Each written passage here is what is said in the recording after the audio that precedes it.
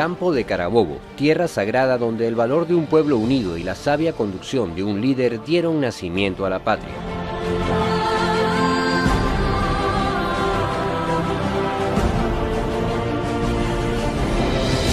En honor a la gesta heroica se levanta en Carabobo el monumento con el que rendimos tributo a quienes nos legaron la independencia y marcaron nuestra esencia libertaria, antiimperialista y bolivariana. Territorio que fue testigo y escenario de la batalla del 24 de junio de 1821, como también lo fueron los caminos de monte y sabana que siguió el Libertador y sus tropas para conquistar la victoria.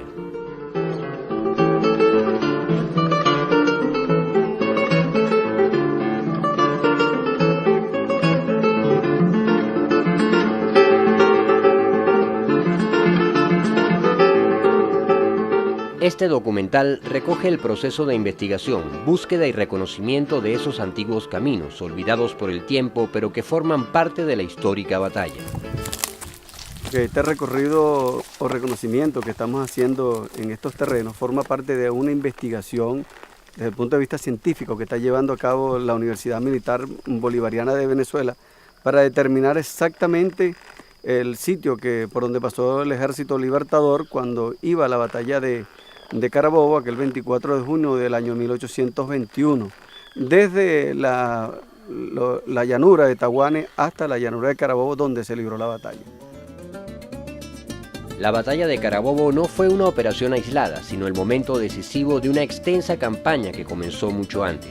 El enemigo dominaba el norte, era fuerte y numéricamente superior, controlando las principales ciudades.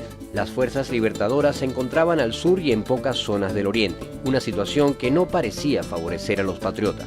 Pero una década de lucha había consolidado el genio militar del Libertador y, siguiendo el principio de concentración de fuerzas, ejecutó movimientos que permitirían el avance de sus tropas hasta reunirlas en San Carlos, a la vez que ordenaba maniobras para dispersar al enemigo fuertemente concentrado en Carabobo. En vísperas de la batalla, el general Bermúdez avanza desde Oriente sobre Caracas librando combates cuyo fin no era otro que atraer sobre él la atención del enemigo. Similar acción realiza el coronel Cruz Carrillo desde el occidente y el coronel Plaza movilizándose hacia la zona del Pao.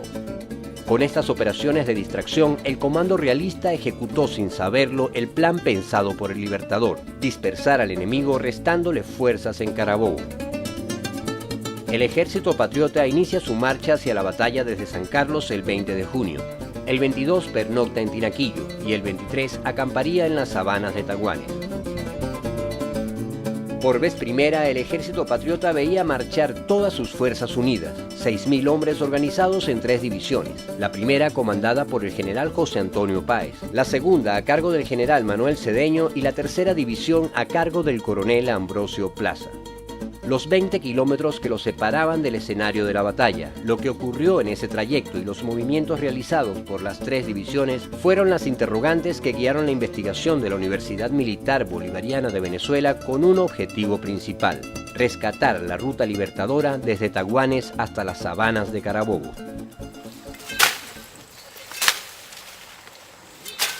Hemos hecho durante un año 84 expediciones, 400 kilómetros de recorrido. Estas expediciones fueron conformadas desde el punto de vista multidisciplinario. Hemos tenido geógrafos, geólogos, antropólogos. Hemos también, una cosa importantísima, recogido la tradición oral. Hemos conversado con gente de la zona, sobre todo personas mayores. Nos han aportado una información valiosísima acerca de lo que ellos conocen de este camino y cuáles han sido sus vivencias en este lugar. Eso ha sido un aporte fundamental. Aquí vamos sobre la pista, ahora sí vamos ya cerca del objetivo que nos buscamos, pues. Allá para Taguani, por ahí mismo por donde veníamos, por donde pasó Bolívar en aquellos años atrás. Yo diciéndole a Parra que Bolívar sí pasó trabajo, por donde pasó Bolívar, por tantas cerros y montes y vaina. Bolívar es Bolívar, eso nos llena de orgullo. Hace 43 años estuve por acá, por esta zona. Yo tuve el alto honor de fundar el hoy batallón 24 de junio. Que en las noches esos diálogos imaginarios que yo tenía con los próceres y que de ahí nació la canción dedicada a la batalla de Carabobo. Suena el clarín, la batalla de Carabobo, ya va a empezar. Bolívar libertador, desde el Cerro Buenavista a la posición realista, él le pasa ya revista. Observa el dispositivo que presenta el enemigo, ordena con su talento un ataque sorpresivo, una maniobra genial por la pica de la mona, al contrario desmorona.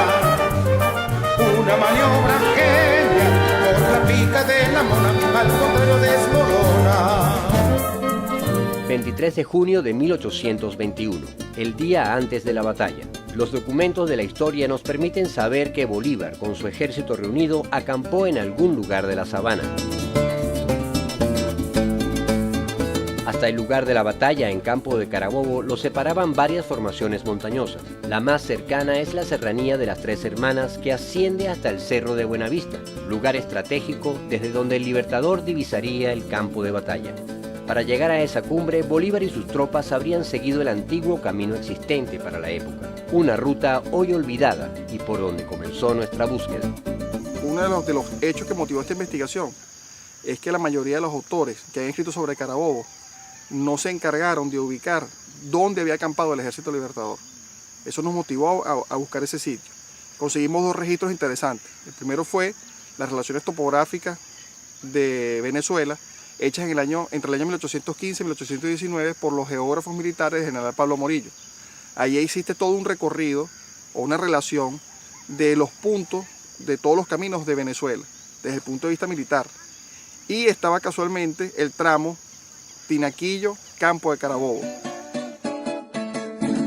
Estos documentos, realizados en su momento con extremo rigor, describían paso a paso el antiguo camino, el rumbo geográfico, las particularidades del terreno, la topografía y los minutos que debían recorrerse entre cada punto de referencia.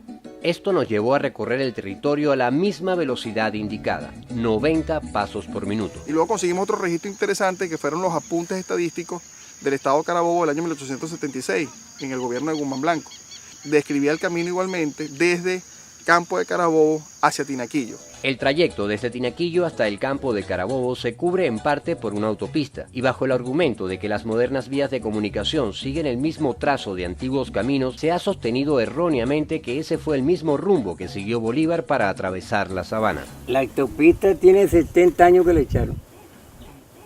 Usted tiene 77. Yo tenía 7 años. Por ahí pasaba la carretera vieja. Y la autopista pasaba por aquí. ¿Entiendes? Estaba la carretera que era carretera de tierra, granzón. Era el camino viejo. Puro granzón. La autopista iba un poco más o menos como a 1 kilómetro de la carretera por donde pasan los carros para acá.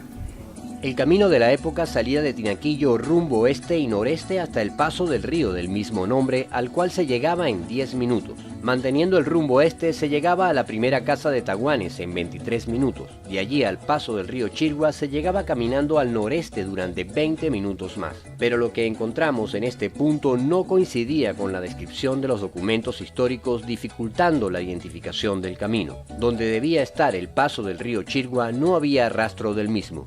Y lo que debía ser un terreno plano de sabana era todo lo contrario.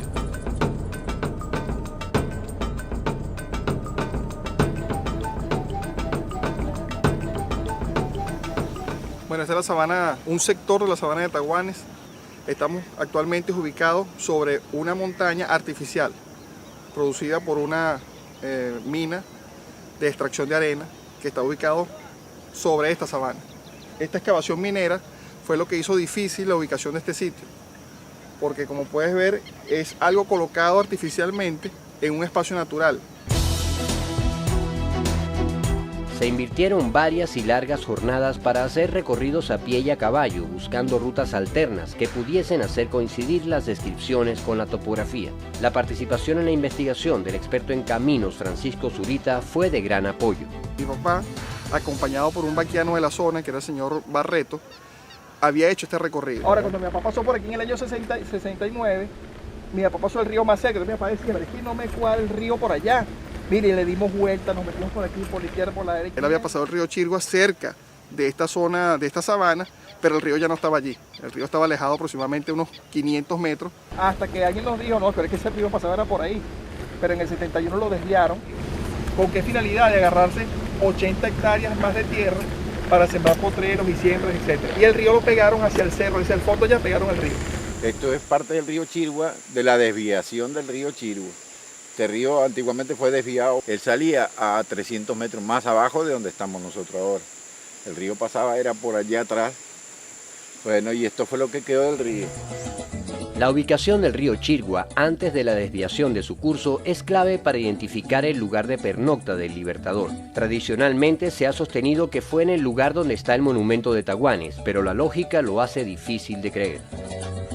Donde están en realidad los monumentos de Taguanes no creo que hayan acampado, por la sencilla razón que están muy alejados del agua. Y con la cantidad de personal y bestias que traía esa gente, ¿cuál era el producto más necesario aparte de las armas? Agua.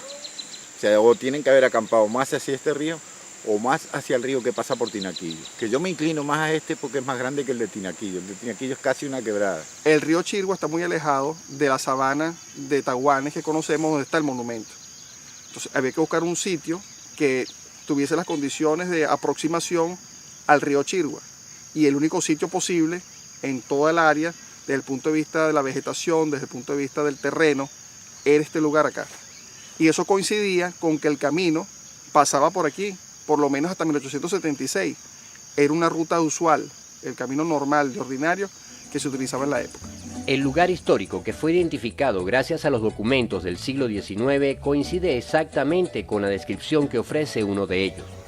Se trata de una sabana limpia, circundada de cerros. Al fondo tenemos el cerro conocido como Cerro El Ramero, y luego hay una especie, es como un cráter que está rodeado de toda una cadena montañosa. Hace casi que una circunferencia esta sabana de Taguanes en este sector. Haber logrado identificar el lugar donde el Libertador y sus tropas pernoctaron y desde donde salieron a la batalla el 24 de junio es uno de los logros más importantes de esta investigación y un paso para evitar que termine desapareciendo bajo los escombros de la mina. A partir de este lugar y con el mismo método continuamos durante semanas levantando cada uno de los puntos de la ruta, logrando encontrar segmentos del camino completamente tapados como el camino del ganado. Este es el rasgo del camino que nos faltaba. Por aquí pasó Bolívar, aquí salió la tropa con Bolívar y pasaron hacia las hermanas. Me tocó conversar con el dueño de esta parcela, con 4 familias que viven acá que no se imaginaban jamás y nunca que estos podían ser los pasos del Libertador. Y resulta que hace cuestiones de 15 días dimos y lo conseguimos. Esta forma de este trillo no es corrientes de agua naturales. Estos trillos son de caballo, de animales. Mira por donde pasó el Libertador, papá, para que aprendan la historia. Don Zurita había pasado por acá hace 38 o 40 años. Buscamos un personal que nos descubriera toda esta trocha y en sí este es camino bolivariano. En la ruta hacia el Cerro de Buenavista se presentó la dificultad de existir varios senderos que parecían coincidir en el tiempo de recorrido. Bueno, vamos a iniciar el camino de la izquierda, ya que hemos hecho el camino a la derecha en varias oportunidades, que es el camino que se tiene por tradicional. Partimos de este camino a la izquierda porque tú en 1969, 68, 69, cuando hiciste este recorrido no tomaste el camino a la derecha, no, que es el que se conoce tradicionalmente como la ruta de la caballería. Eso lo vamos a hacer más o menos en 17 minutos, basado en los relatos de estos soldados que vino con la expedición de Pablo Morillo. Entonces vamos a tratar de hacer ese tiempo, 17 minutos, pero por el camino de la izquierda, y para que nos guíes tú. Estamos tratando de concordar, según el tiempo de estos exploradores que vinieron con el ejército expedicionario, de estar en 17 minutos en el hoyo de Buenavista. Bueno, aquí sí pasa mucha tropa, ahí va planeado, ¿verdad? Localizar tramos originales del camino, como este, de apenas 17 minutos, requirieron varias jornadas de exploración, transitando las diferentes vías posibles. Estamos un poco lejos todavía, al parecer hay que buscar una vía alterna en este cerro para ponernos en los tiempos. Pero eso se trata del trabajo, de ubicar cuál es la ruta exacta. ¿Tú no te acuerdas de haber agarrado quebrada? Tierras de Bolívar, más cerca todavía de la batalla, que estamos a a pocos metros de la torre de Buenavista. Una parte del camino original había sido modificado con maquinaria para la instalación de torres eléctricas, lo que desdibujó el sendero. Una vez salvado este obstáculo, se pudieron recoger las coordenadas precisas para llegar a la cumbre de esta importante altura, decisiva para la estrategia empleada por el Libertador. Esto que está aquí es un sitio histórico. Si nuestro Libertador Simón Bolívar no se hubiese plantado aquí a observar, a otear el dispositivo enemigo, a lo mejor el resultado no hubiese sido el mismo. En las sabanas de Carabobo, las fuerzas realistas tenían dispuestos varios regimientos y batallones. En el camino del Pao tenían el batallón Príncipe y el Infante. En el camino hacia Tinaquillo, los batallones Barbastro, Holsterrich y Valencey. 2 piezas de artillería volante acompañaban el dispositivo. En la primera fila estaba una parte del batallón Valencey sobre un cerro llamado Cerrajones que da entrada a El Abra de Carabobo, y sobre una estratégica altura a la derecha un dispositivo de vigilancia. Aunque la distancia, la vegetación y las montañas no permitían visualizar toda la disposición realista, el genio militar del Libertador desde Buenavista pudo observar lo suficiente como para diseñar los movimientos que le condujeran a la victoria. El Libertador tomó como referencia lo observado aquí para que escasos 1,5 kilómetros, 2 kilómetros más adelante, en la quebrada del Lorito, él planteara que la primera y la segunda división bordeara por el flanco derecho del enemigo para poder sorprenderlos allá en la sabana de Carabobo. Siguiente, las coordenadas son norte 9 grados 59 minutos y 68 grados 12 minutos. Entrando a la pica de Piedras Negras. La identificación de la pica de Piedras Negras no fue tarea fácil. Durante casi un siglo se le había perdido la pista.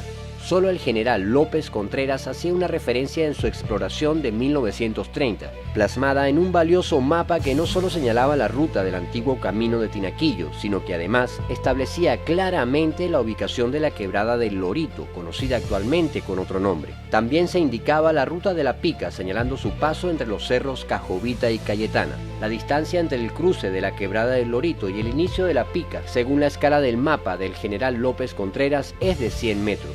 Sobre el terreno y midiendo esa distancia abrimos camino a través del monte Tupido y la ruta coincidió exactamente con la descripción. La pica de Piedras Negras, hasta ahora olvidada, aparecía después de 75 años. En este punto fue donde Bolívar decidió que las 2 divisiones, primera y segunda, que venían en la vanguardia, se desviaran a la izquierda, tratando de flanquear el lado derecho del dispositivo enemigo. Y la tercera división avanzaría por el camino real San Carlos, Valencia, para fijar al enemigo en el sector del Naipe y a la vez engañarlo, o sea, hacerlo pensar que venía una sola columna de marcha a atacar por el Abra, que era el punto fuerte defendido por los realistas. Un Abra es el eje de penetración que existe entre 2 accidentes naturales, que pues, en este caso son dos montañas, y hay un camino que las penetra, una especie de cañón, pero esas dos masas de tierra, ¿no? Que son dos cerros. Entonces en este caso, el Abra de Carabobo, a la izquierda tenemos los Cerrajones, son unas formaciones de poca elevación, y a la derecha tenemos lo que llaman el Cerro del Vigía, que es una de las elevaciones más altas en la zona del campo de Carabobo.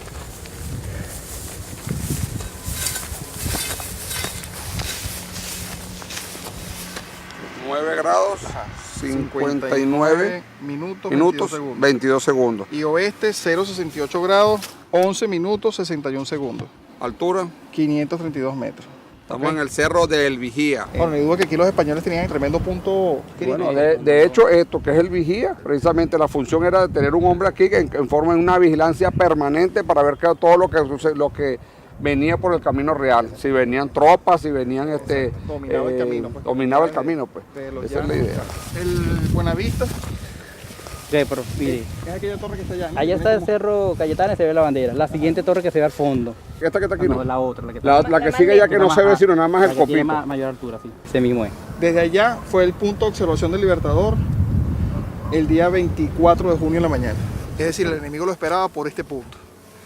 Ya venía con la decisión desde allá, desde Buenavista, de hacer un desbordamiento por una de las alas, derecha o izquierda, para evitar justamente el paso por el este ataque sitio. frontal contra la... Sin embargo, llegó aquí al pie de este cerro. El Libertador viene desde el Naipe. ¿Qué hace él? Hace un reconocimiento por fuego. Se acercó exactamente para, entre otras cosas, darle tiempo a las que están, las ediciones de primera y segunda, que van por el camino de la quebrada de arriba. Y esto que está aquí es el camino antiguo por donde subió el Libertador, este que está aquí. Desde este sitio, el Libertador envía la orden a su primera y segunda división de proseguir el avance, pero no por el camino real, sino por la pica de Piedras Negras, iniciándose allí el movimiento para flanquear al enemigo. Ambas divisiones siguen la misma ruta durante aproximadamente 2 kilómetros hasta desembocar en el ramal oeste de la Pica de la Mona. La segunda división, al mando del coronel Ambrosio Plaza, tomaría hacia la derecha, esperando indicaciones en las faldas del Cerro Cayetana. La primera división, comandada por Páez, seguiría por la izquierda, llegando al peligroso sitio de Gualembe, donde estarían al alcance del fuego enemigo. Pero el Libertador, desde su posición cercana al Abra y con 40 zapadores, ya había tomado la delantera para prevenir el ataque. Inicia esta pica, tal como lo resalta un participante de la batalla que se llama Emilio Briceño, que ya fue después fue general. Esta pica va a conectar con el camino de Gualembe, que es la pica donde se fue el Estado Mayor y coincide con el paso de la primera y segunda división por el Cerro Pelú y Cerro La Tumba.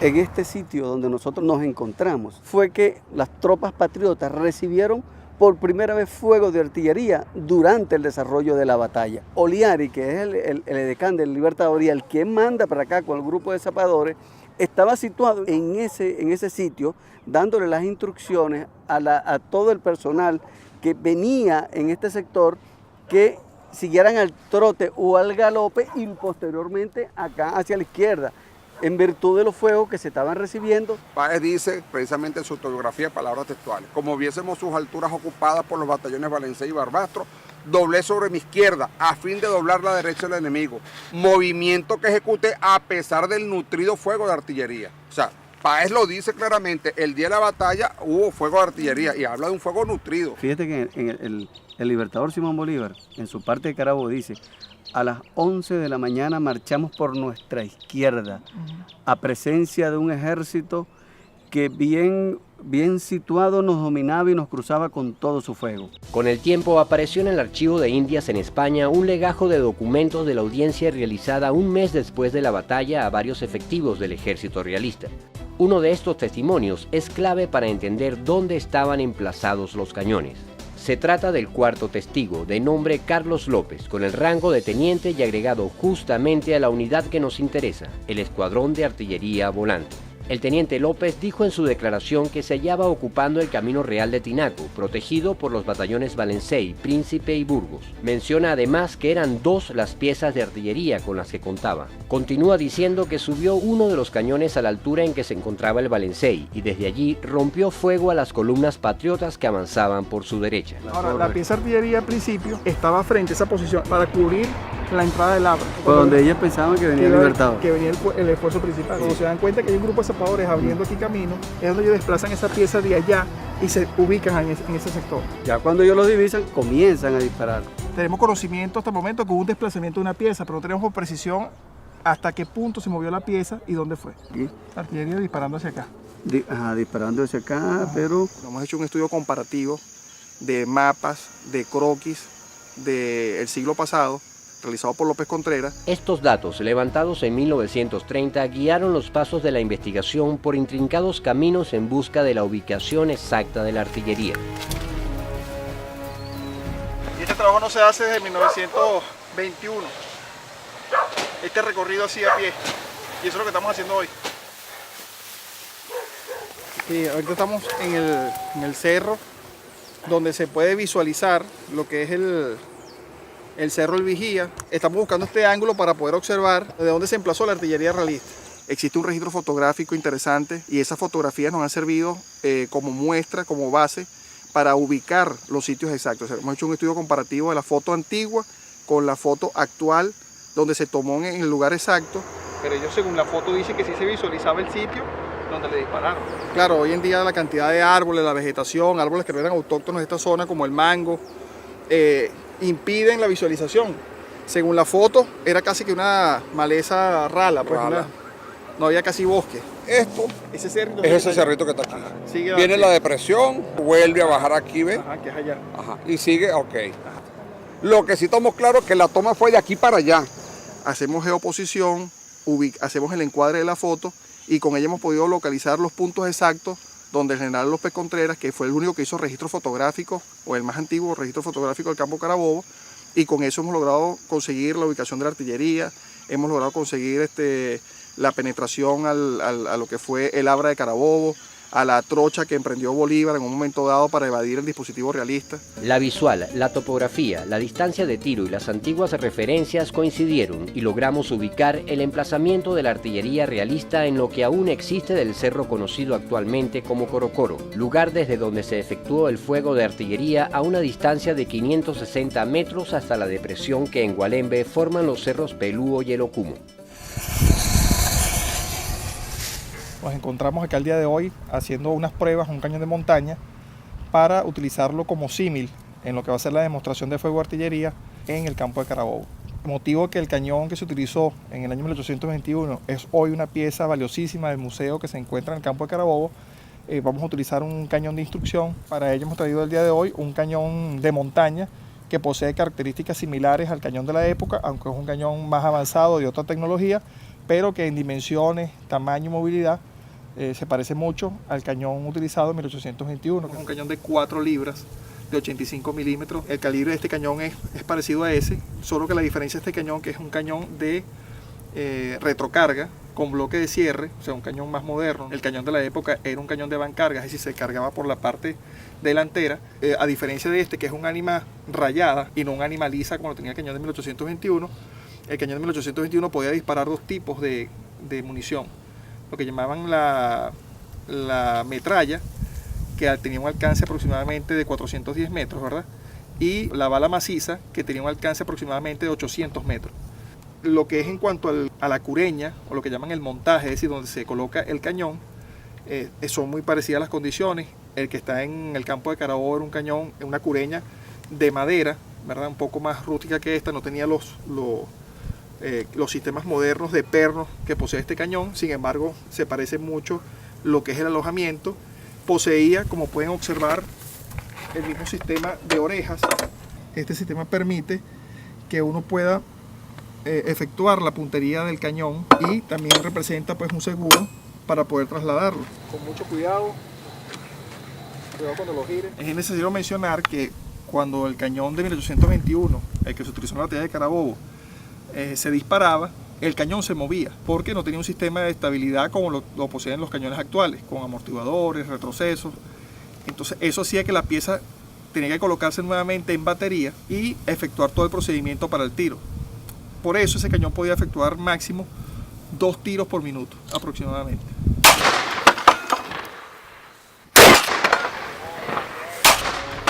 El estudio sobre la artillería usada en la batalla sirvió para las posteriores actividades conmemorativas realizadas sobre el terreno donde se encontraban emplazadas las piezas. Resueltas las interrogantes sobre la artillería y su ubicación, continuamos con la investigación sobre las rutas que siguieron las divisiones primera y segunda para llegar a las sabanas de Carabobo, coincidiendo totalmente nuestro resultado con lo planteado por el general López Contreras en 1930 en lo que la primera división respecta. Después de haber pasado la depresión de Gualembe, esta división continúa su camino por el valle arbolado de las Garcitas, donde avanzan sin ser vistos por el enemigo hasta escalar el cerro conocido como la Centella. A partir de allí, la división de Páez continúa por 2 caminos diferentes, la infantería por la derecha y la caballería por la izquierda. En la parte norte donde se observa el mirador, se encuentra el Sajón de la Madera, que viene a descargar a la quebrada Carabobo.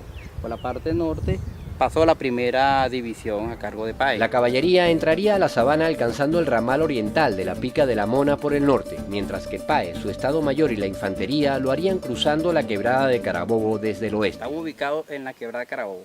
Justamente en esta parte pasó parte de la primera división. Aquí se puede ver más adelante el trillo que se utiliza para escalar hacia la sabana de Carabobo justamente. Muchos patriotas caerían en este trayecto, entre ellos el teniente Pedro Camejo, conocido como el Negro Primero por su valor en la batalla, y el coronel Ferriar, comandante de los cazadores británicos. En honor a ellos se erigieron 2 monolitos señalando el lugar donde fueron impactados por el fuego enemigo. En cuanto a la ruta de la segunda división, que había pasado la depresión de Gualembe siguiendo los pasos de la primera, pudimos determinar mediante estudio del terreno que al salir del Valle Arbolado de las Garcitas toma una dirección diferente rumbo al este y pasando por el sector conocido como El Brujo continúa hasta la quebrada de Carabobo y entra a la sabana por el Zanjón de Guayabal. La tercera división avanza haciendo retroceder a las tropas realistas por el antiguo Camino Real. Las tres divisiones logran mediante la estrategia desplegada poner en fuga al ejército realista y con esta victoria se sellaría la independencia de Venezuela. Parte de la investigación de la universidad ha sido justamente ubicar esos sitios exactos con la idea de hacer un mapa situacional. También para preservar los sitios, porque fíjate, de una u otra manera con el tiempo se va borrando toda nuestra historia, ¿no? Como quiera el imperio. No, la historia vamos a construir. La historia es el resorte que nos impulsa a seguir adelante, compadre. Eso no lo tenemos que tener presente y vivito todos los días. El alcance de esta investigación se extendió hasta los límites del campo de Carabobo. Investigación que reveló datos que habían desaparecido con el paso del tiempo. Además de haber permitido geoposicionar puntos referenciales e históricos y de haber ubicado lugares que hasta ahora eran desconocidos, la información recopilada permitió por primera vez en la historia levantar un detallado mapa de la ruta seguida por el Ejército Libertador aquel 24 de junio de 1821 desde la sabana de Taguanes hasta su entrada a la sabana de Carabobo. Contamos hoy con información vital para que la historia y la ruta seguida por el Ejército Libertador hacia la batalla de Carabobo se preserven y se conozcan, para que se respeten los lugares emblemáticos y no se continúe devastando el escenario de nuestra historia, para que la desmemoria y la indolencia con nuestros valores patrios detenga su avalancha destructora y para que los errores que por desconocimiento se hayan cometido sean enmendados.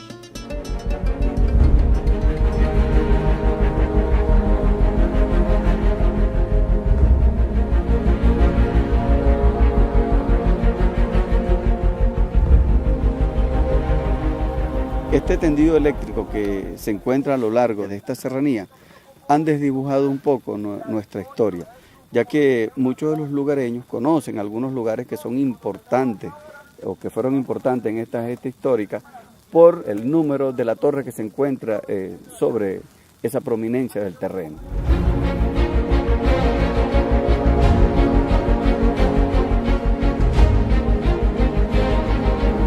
Y aparte de todo esto, imposibilita que cualquier venezolano o cualquier turista, inclusive durante épocas de lluvia, venga acá porque constituye un peligro muy grande y posibilita o inclusive una descarga eléctrica. Nosotros hemos hecho un debate a lo interno de la comisión, quien está trabajando con relación a esta ruta, y se han planteado recomendaciones a ver la posibilidad de poder trasladar estas torres hacia otros sitios para no desdibujar lo que es nuestra historia. Y deberíamos tener la suficiente conciencia de preservar un espacio que nos llena de espíritu de libertad, de compromiso con todo este proceso incluso revolucionario, porque si no cuidamos nuestras raíces, donde nuestro ejército se sacrificó y salió a emprender la conquista sin otra alternativa y ser invictos en Carabobo, o sea, ¿qué más pudiéramos decir?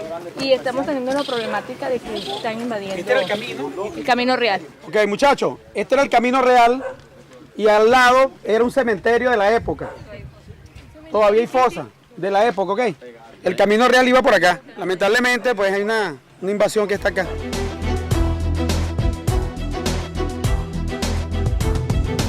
Así como la expansión urbana y el interés económico han actuado contra la ruta histórica, hay otros actores que han ejercido combativamente su defensa. Las comunidades organizadas y el poder popular, a quien se suma hoy la Universidad Militar Bolivariana de Venezuela. Simón Bolívar. Tiene que sentirse orgulloso de que por aquí pasó Bolívar. Por esta comunidad. Okay, por aquí, por esta comunidad. No pasó por aquí pasó Bolívar. Por aquí pasó compadre. Por aquí pasó compadre, por estos montes de... El cerrito que está por aquí se llama la Cayetana, ¿lo conocen? Sí. En ese cerrito. La batalla de Carabobo. Peleando con espada. Peleando con espada. Yo soy maestro aquí, profesor de cultura, aquí en la escuela de Gualembe. Ahí tengo una brigada patrimonial. Los niños de esa brigada, ellos están conmigo en la parte de hacer los recorridos, conocer los sitios históricos. Incluso aquí me llegó un niño una vez con una punta de lanza, que parece que era el que le colocaban, incluso el que le colocaban a la bandera. Este es el dispositivo de un mosquete. que esto fue encontrado en el antiguo camino de San Carlos, justamente por donde se presume pasó la División Plaza. ¿Dónde la consiguieron esas lanzas? Hace tiempo la conseguimos allá en aquella barranca. Aquí mismo, ahí. Sí, donde está aquella barranca allá. Era un cuchillo, era como esta figura, pues más o menos. Este era el pedazo de cuchillo y tenía como un tope, pues. De llegar aquí y un tubito que le sobresalía. Yo me imagino que era que lo metían en algo, pues. La Ruta Libertadora guarda en sus entrañas un patrimonio arqueológico comprobado, razón adicional para unir esfuerzos con las comunidades organizadas en aras de su preservación. El material recabado en esta investigación nos encaminó hasta la sede del Instituto de Patrimonio Cultural, institución que se encarga de velar por el registro, salvaguarda y socialización de nuestro patrimonio cultural. El objetivo, construir los mecanismos legales para la protección de la ruta. La idea es, si nosotros hacemos lo que llaman la servidumbre de paso como tal, que uno diga, bueno, mira, por aquí va el trayecto. Se establece el plazo de un año para determinar cuáles van a ser los usos específicamente en el plan de manejo. La ruta cuenta ya con su expediente de patrimonio cultural, un significativo avance en el camino por lograr la promulgación de la declaratoria oficial que permita la preservación de este importante territorio. Nosotros dejamos el imperio español, pero tenemos otro imperio que nos está amenazando. Entonces tenemos que conocer la historia porque igualito, si nosotros no nos sentimos venezolanos y no valoramos lo que nuestros ancestros hicieron para nosotros tener hoy en día, esto que se llama Venezuela, este país, pisar estas tierras que son nuestras prácticamente, le estamos dejando que otros decían por nosotros. El camino a la batalla de Carabobo, lo que allí ocurrió, el despliegue del pueblo uniformado hace casi 200 años para lograr nuestra independencia, tienen eco hoy en el paso de nuestros cadetes, que han convertido esas cumbres, desfiladeros y sabanas en un aula abierta para aprender a amar y sentir a la patria que en estos caminos vive con Bolívar. Para mí, que he sido un romántico en la vida en esta carrera militar y ahora como profesor de historia militar durante 22 años, es algo satisfactorio y me voy cargado espiritualmente. Ustedes tuvieron la oportunidad de conocer estos parajes, de conocer estos sitios tan llenos de historia. Son los cimientos de nuestros verdaderos valores patriotas, revolucionarios y chavistas. Nosotros tenemos que tomar la energía que hay en estos 20 kilómetros para agarrar más fuerza y tener más ímpetu, tener más ganas de luchar y defender esta sagrada patria que nos legaron nuestros libertadores. Así que vamos, muchachos, vamos a emprender con mucho entusiasmo este camino, esta senda. Vamos a recorrer, vamos a caminar la gloria como lo hicieron nuestros libertadores. ¡Chávez vive! ¡Chávez sigue! ¡Independencia y patria socialista! ¡Vamos pues! ¡Vámonos para Carabobo! ¡Vamos para la gloria!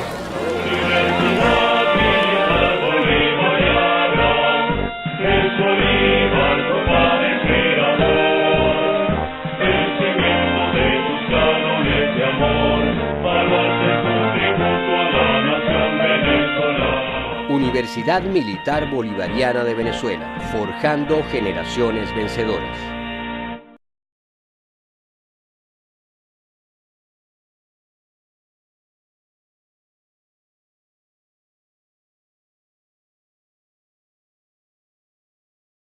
Conocimiento de esos antiguos caminos, olvidados por el tiempo, pero que forman parte de la histórica batalla.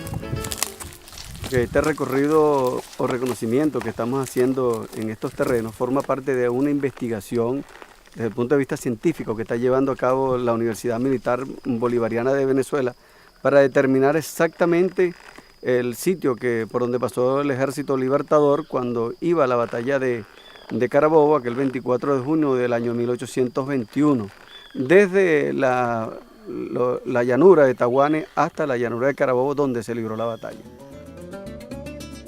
La batalla de Carabobo no fue una operación aislada, sino el momento decisivo de una extensa campaña que comenzó mucho antes. El enemigo dominaba el norte, era fuerte y numéricamente superior, controlando las principales ciudades.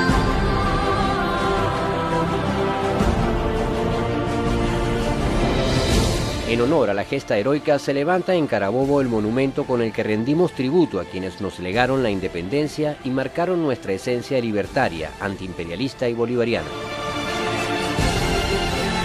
territorio que fue testigo y escenario de la batalla del 24 de junio de 1821, como también lo fueron los caminos de monte y sabana que siguió el Libertador y sus tropas para conquistar la victoria.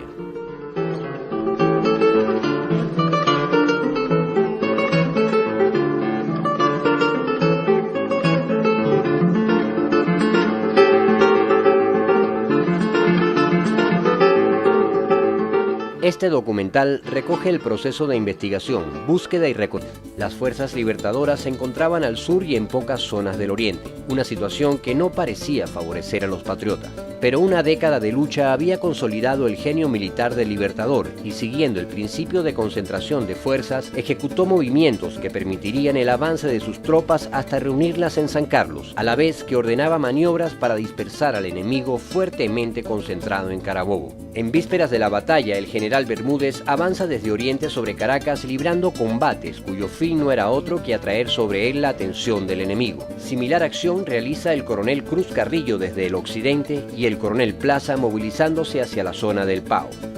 Con estas operaciones de distracción, el comando realista ejecutó sin saberlo el plan pensado por el Libertador, dispersar al enemigo restándole fuerzas en Carabobo. El ejército patriota inicia su marcha hacia la batalla desde San Carlos el 20 de junio. El 22 pernocta en Tinaquillo y el 23 acamparía en las sabanas de Taguanes. Por vez primera, el ejército patriota veía marchar todas sus fuerzas unidas, 6.000 hombres organizados en 3 divisiones, la primera comandada por el general José Antonio Páez, la segunda a cargo del general Manuel Cedeño y la tercera división a cargo del coronel Ambrosio Plaza. Los 20 kilómetros que los separaban del escenario de la batalla, lo que ocurrió en ese trayecto y los movimientos realizados por las 3 divisiones fueron las interrogantes que guiaron la investigación de la Universidad Militar Bolivariana de Venezuela con un objetivo principal: rescatar la ruta libertadora desde Taguanes hasta las sabanas de Carabobo.